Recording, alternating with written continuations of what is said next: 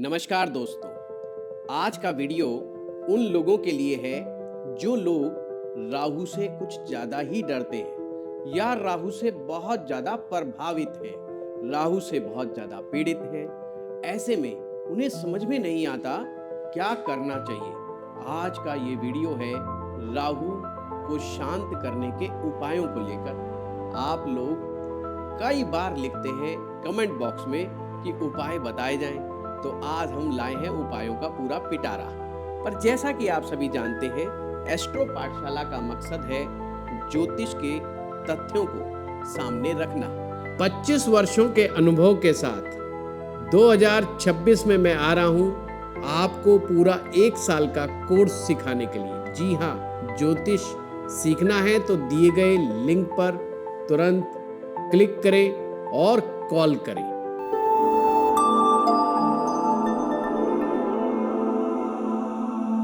जो लोगों के दिमाग में एक भ्रम स्थिति बनी होती है, उसको ठीक ठाक करना। अब राहु जरूरी नहीं कि वह राहु की महादशा आए और व्यक्ति परेशान हो जाए, ऐसा कोई जरूरी नहीं।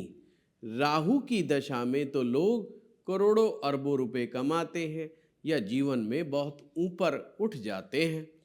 पर ऐसे लोग भी आपको देखने को मिलेंगे जिनकी राहु की दशा आने पर उनके लिए एक एक दिन निकालना भारी हो जाता है।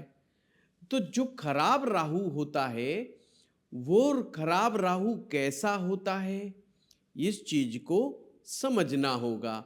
अगर आप टेक्निकली राहु को समझना चाहते हैं तो हमारे ढेर सारे वीडियोस एस्ट्रो पाठशाला पर और गुरुदेव सुनील वशिष्ठ यूट्यूब चैनल पर आपको बहुत इजीली मिल जाएंगे।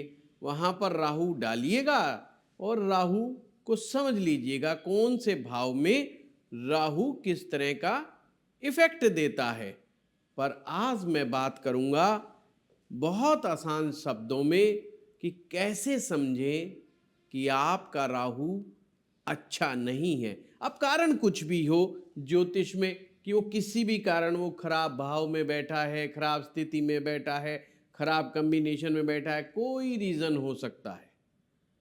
खराब होने के लक्षण क्या हैं? आइए एक एक करके लक्षणों पर हम ध्यान देते हैं। आप लक्षण मात्र देख करके समझ सकते हैं कि राहु इन व्यक्ति की कुंडली में अच्छा प्रभाव नहीं दे रहा है और उन्हें उपाय करने की बड़ी आवश्यकता है। सबसे पहले डिसीजन लेने में प्रॉब्लम, क्योंकि इनका मन बार बार बदलता रहता है, बार बार विचार बनाते हैं और बदल जाते हैं। खुद ही विचार बनाते हैं, खुद ही आइडिया लेकर के आते हैं और खुद ही आइडिया पर बहुत मेहनत करते हैं और कुछ समय के बाद कुछ खुद ही उस आइडिया को कैंसिल कर देते हैं। इसे अनडिसाइसिवनेस आप कह सकते हो। किसी भी स्तर पर ढंग से फैसला नहीं ले पाते, खुद ही बार बार असफल योजनाएं बनाते हैं और फिर खुद ही छोड़ देते हैं, यानी कि खुद ही बनाएंगे और खुद ही छोड़ देंगे। ये लोग जब भी किसी नए काम में प्रवेश करते हैं तो बड़े जोश के साथ करते हैं, बड़े हिम्मत दिखाएंगे और दिन रात मेहनत करते हैं, जैसे कि सफल पूरी तरह से होंगे ही होंगे, इतना जज्बा इनके अंदर होता है। परंतु जैसे जैसे समय बीतता है इनका मामला अटकने लग जाता है। जैसे ही इनके मन माफिक इनको सफलता नहीं मिलती, इनका उस प्रोजेक्ट से, उस आइडिया से मन उच्चाट होने लग जाता है और ये अपना ध्यान दाएं बाएं करने लग जाते हैं और नए प्रोजेक्ट की तलाश में लग जाते हैं, नया प्लानिंग में लग जाते। प्लानिंग बनाते रहना ये इनकी खासियत होती है। जब आपका राहु खराब होता है, बिना मतलब के आइडियाज़, बिना मतलब की प्लानिंग्स, हमेशा कुछ ना कुछ ब्रेन में चलता ही रहता है। ब्रेन बिल्कुल भी कुछ पल के लिए भी शांत नहीं होता। कुछ लोगों के साथ तो यहाँ तक होता है, बिस्तर पर सोने के बावजूद भी कई घंटों तक ब्रेन चलता ही रहता है, जिससे ब्रेन रिलैक्स नहीं हो पाता। जब ब्रेन रिलैक्स नहीं होगा तो थक जाएगा। अगले दिन थका हुआ दिमाग कैसे विचार लेके आएगा और कैसे डिसीजन लेगा? इससे इरिटेशन, फ्रस्ट्रेशन, गुस्सा सब उसके जीवन में आ जाएगा। इन सब चीज़ों को हमें समझना होगा।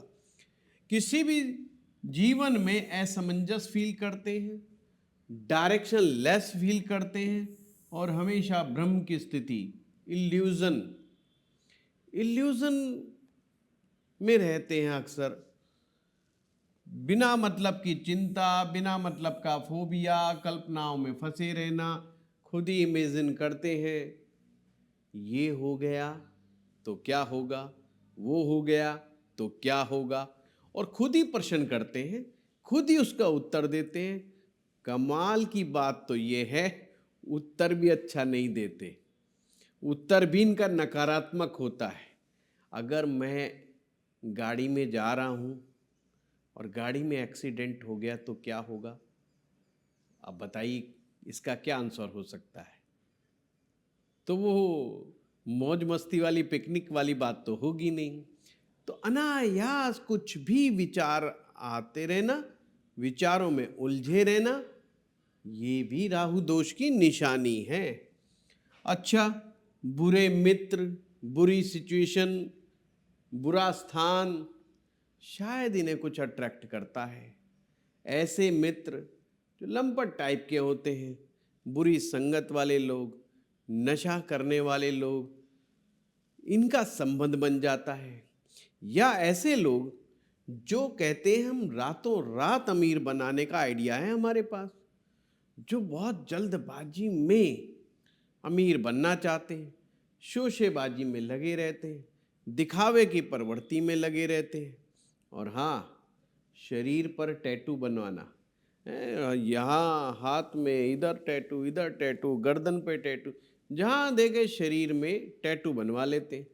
अच्छे भले परिवार के लोग टैटू बनवा लेते हैं, पायरेसिंग करा लेते हैं।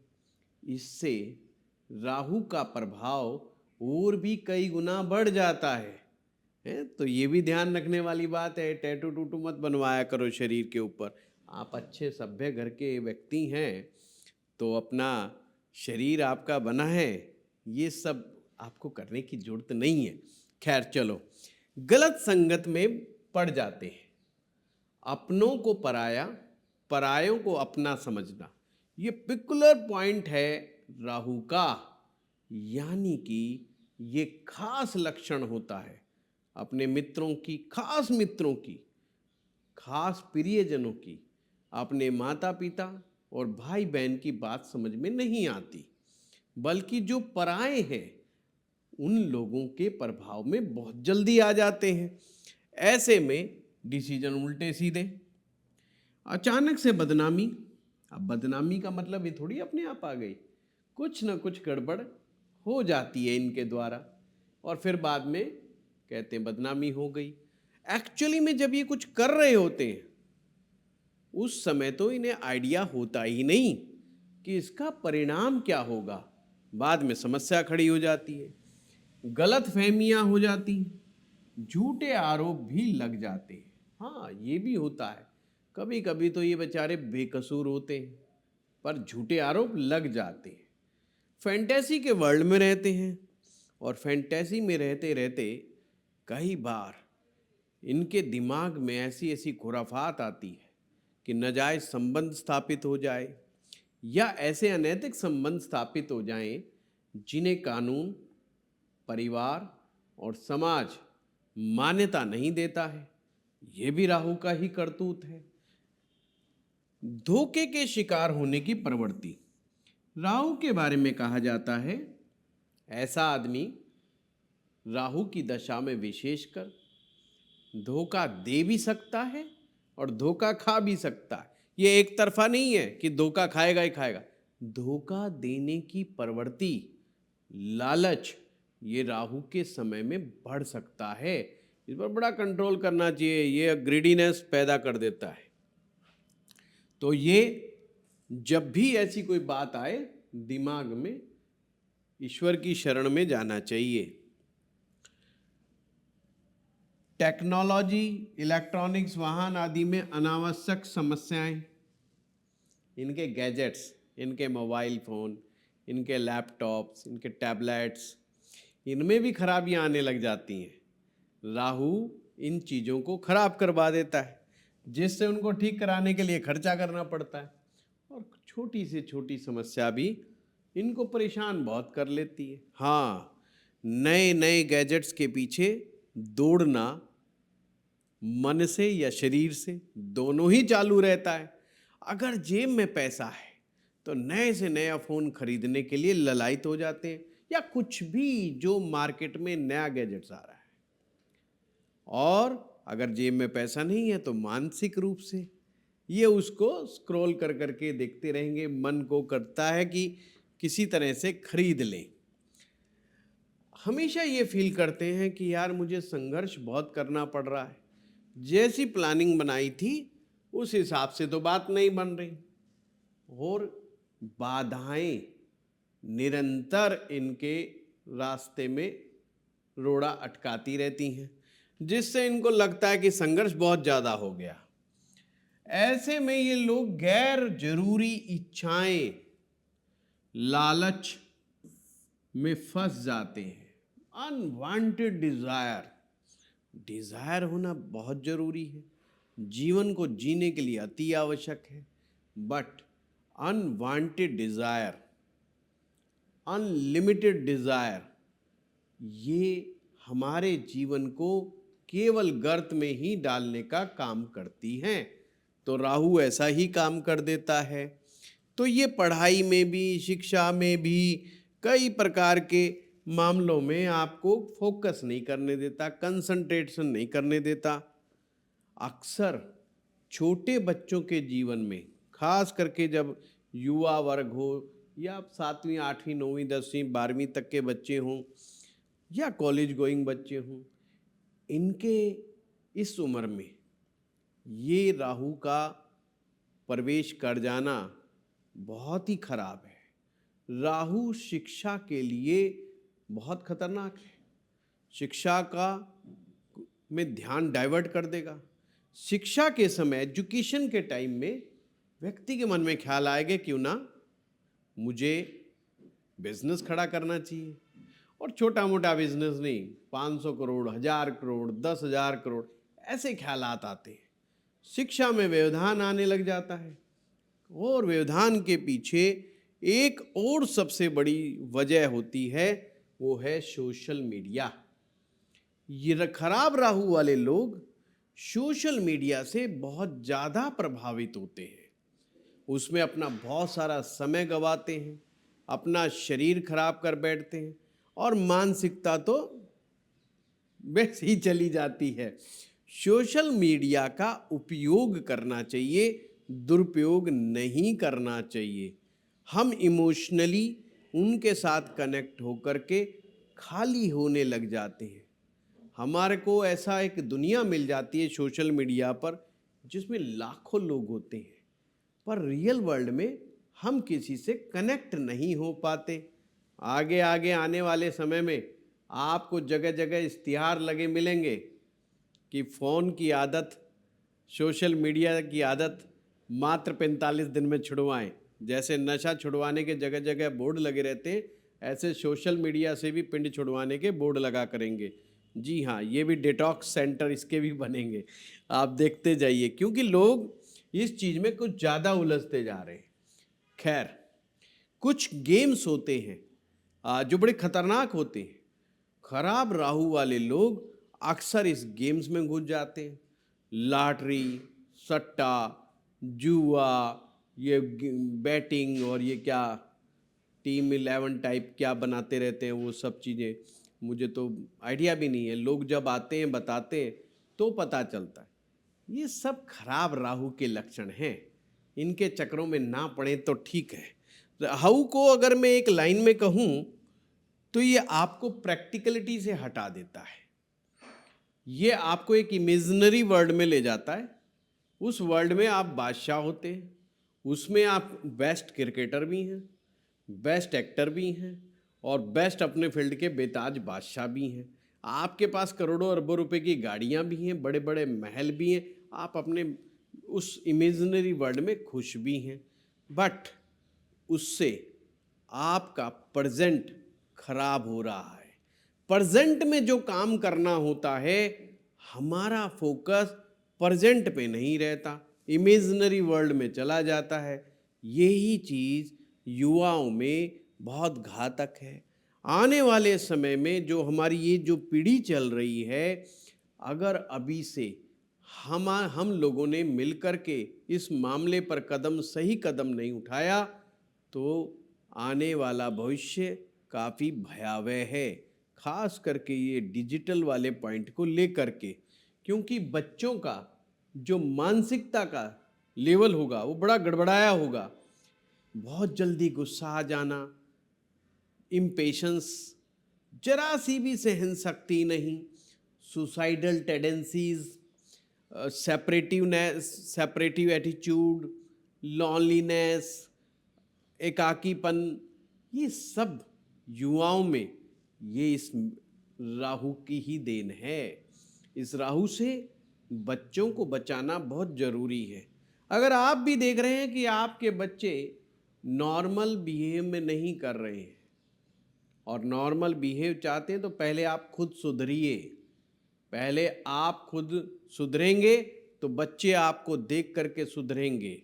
अगर माँ एक तरफ बैठ के स्क्रॉल कर रही है और बाप एक कोने में बैठ के स्क्रॉल कर रहा है और आप बच्चों से उम्मीद कर रहे हैं कि बच्चे बैठ कर के आरती करेंगे, ऐसा दिमाग से ही निकाल दो। बच्चे आपका ही अंश है, आपसे 4 कदम एडवांस ही मिलेंगे, मतलब आपसे कुछ ज़्यादा ही मिलेंगे। तो आप बच्चों को जो सिखाना चाहते हैं, हर बात कह करके नहीं समझाई जाती, कुछ बातें सिर्फ कर दी जाती हैं, बच्चे अपने आप ही समझ लेते हैं उन बातों को। तो आइए, अब आप लक्षणों को तो समझ गए होंगे। राहु के वैसे तो जितना बोले जाए कम है, क्योंकि राहु के बहुत तरह तरह के लक्षण आते हैं।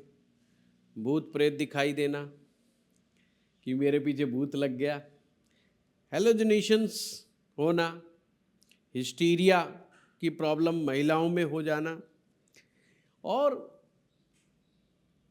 बुरे बुरे सपने आना और उन बुरे सपनों का लगना कि ये तो पक्का रूप से हो जाएगा, ये सब राहु की देन है।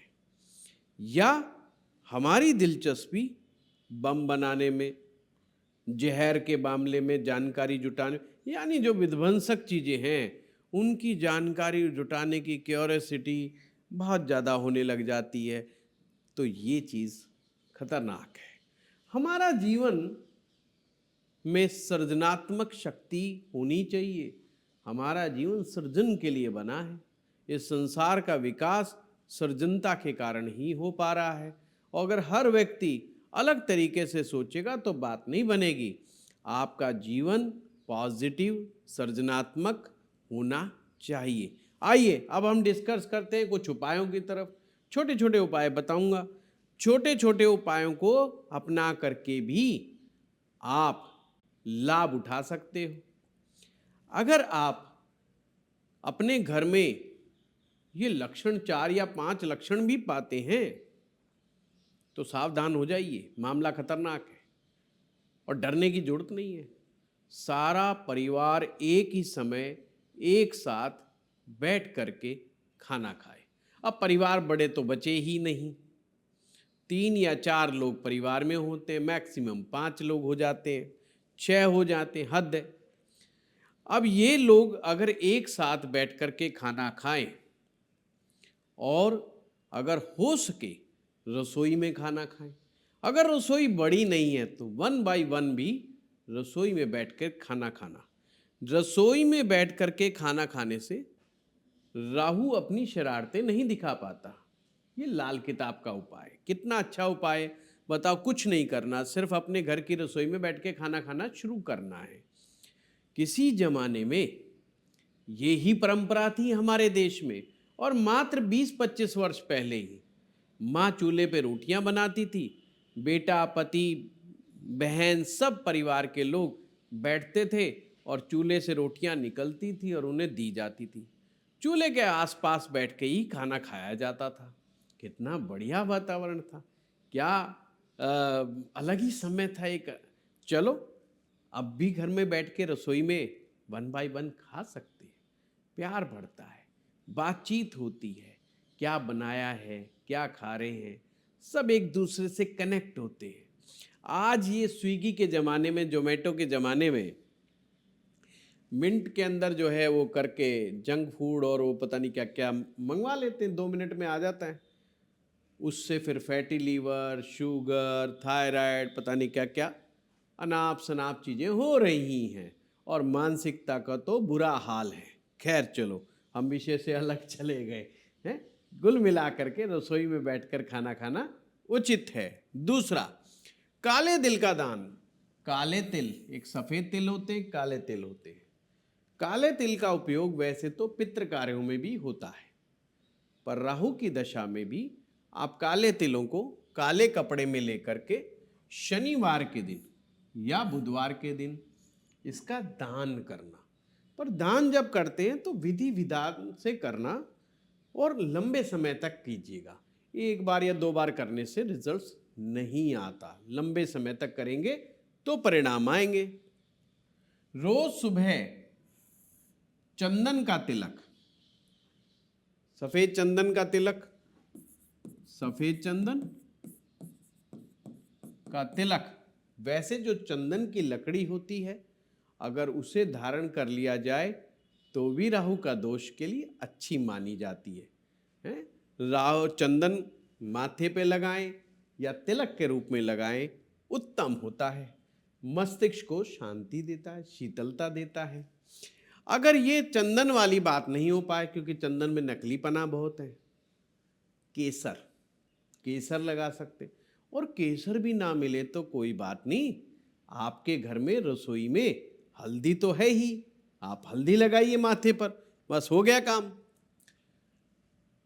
पक्षियों को अनाज खिलाना, पक्षियों को दाना डालना, पक्षियों को फीड करना, ये भी राहु दोष की शांति में अहम भूमिका निभाता है। राहु का मंत्र जप करना, ओम भ्राम ब्रीम ब्रह्म स राहवे नमः, ओम भ्राम ब्रीम ब्रह्म स राहवे नमः। इसका कम से कम आधा घंटा जप होना चाहिए, वो भी सायंकाल।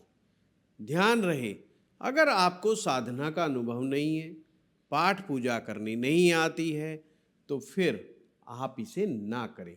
किसी योग्य ब्राह्मण के द्वारा इसका जप आप करवा लें, किसी मंदिर में, किसी धार्मिक संस्थान पर जा कर के इसका अनुष्ठान भी आप करवा सकते हो। क्योंकि पराशर ज्योतिष में तो जो रेमेडीज़ हैं उनमें ग्रह शांति सर्वोपरि है। तो ग्रह की शांति हेतु मंत्र जप करना उत्तम माना गया है। गोरतन धारण, गोमेद, गोमेद, गोमेद रतन राहु को की ऊर्जा को अलाइन करता है। इसे इंग्लिश में हैसोनाइट भी कहते हैं। राहु की महादशा अगर लग जाए और राहु के लक्षण ठीक ना मिले, तो किसी योग्य ज्योतिषी से मिल करके गोमेद धारण करने से रिलीफ मिलता है। और ये मेरा खुद का भी एक्सपीरियंस है। मैंने कई बार लोगों को ये गोमेद धारण करवा करके देखा, जिनको राहु की महादशा चल रही थी, उन्हें बड़े ही अच्छे परिणाम प्राप्त हुए।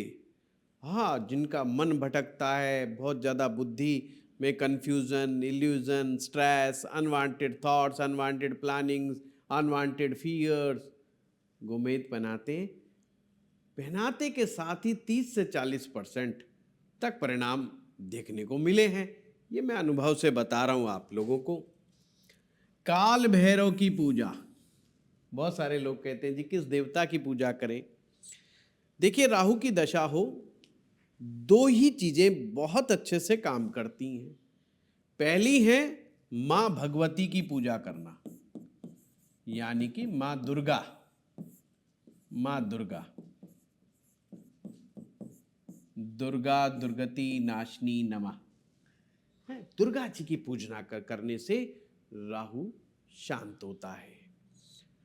काल भैरव की पूजा करना, काल भैरव जी की मंदिर में जाकर के काल भैरव जी को प्रणाम करें, नमन करें। और अगर संस्कृत आती है तो काल भैरवाष्टकम का पाठ करें। अब काल भैरवाष्टकम कहाँ मिलेगा?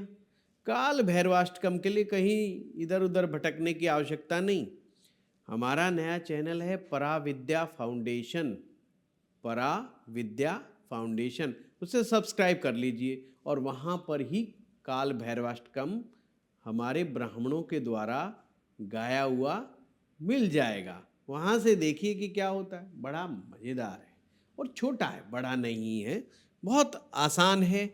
आप काल भैरव की पूजा करें, काल भैरवाष्टकम का पाठ करें, जल्दी रिलीफ मिलता है। राहु की जो देवी हैं वो मां सरस्वती हैं।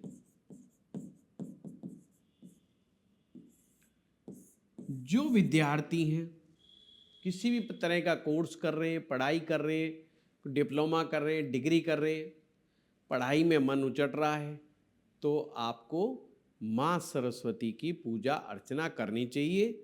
मां सरस्वती के मंत्रों का जप करना चाहिए, उत्तम रहता है। जो बार्ले, इसको काले कपड़े में लपेट करके अपने ऊपर से 7 बार वार करके जल प्रवाह करना चाहिए। पर ये जो मैं सारे उपाय बता रहा हूँ, इसकी विधि विधान बिना समझे नहीं करना चाहिए। कितने क्वांटिटी में होना चाहिए, कितने समय तक होना चाहिए, ये हर व्यक्ति की कुंडली के अनुसार अलग अलग हो सकता है। हो सकता है आपकी रिक्वायरमेंट बहुत कम हो, किसी की बहुत ज़्यादा हो सकता है। अब जैसे शुगर पेशेंट के लिए उसका डॉक्टर उसकी अवस्था देख कर के डिसाइड करता है कि दवा सुबह शाम दोनों समय लेनी है, कि एक समय लेनी है, कि कब कब लेनी है, या तीनों समय लेनी है। वो डॉक्टर उसकी रिपोर्ट देख करके या उसकी अवस्था देख करके ही डिसाइड करता है। सबसे अच्छा एक मेरा अनुभव सिद्ध प्रयोग और भी है, मछलियों को दाना खिलाना। किसी दिन मछलियों के दाने पर भी अलग वीडियो बनाएंगे। एक स्पेशल दाना बनता है मछलियों को, वो खिलाने से ग्रह शांति बहुत जल्दी होती है। कोका कोला कलर के कपड़े पहनना, सनग्लास पहनना, ये छोटी छोटी रेमेडीज़ है। आप अगर इनको करते हैं, अपने जीवन में अपनाते हैं, तो बहुत ही बढ़िया रहता है। तो ये देखिए, आज हमने कई रेमेडीज़ आप लोगों को बता दी, पिटारा ही खोल दिया रेमेडीज़ का। अब तो आप सब्सक्राइब कर लो, लाइक करो, शेयर करो। अगर आपका भी कोई साथी संगी है जिसके साथ राहु के दोष आपको ऐसा फील हो रहा है तो उसे ये वीडियो शेयर कर दीजिए। धन्यवाद।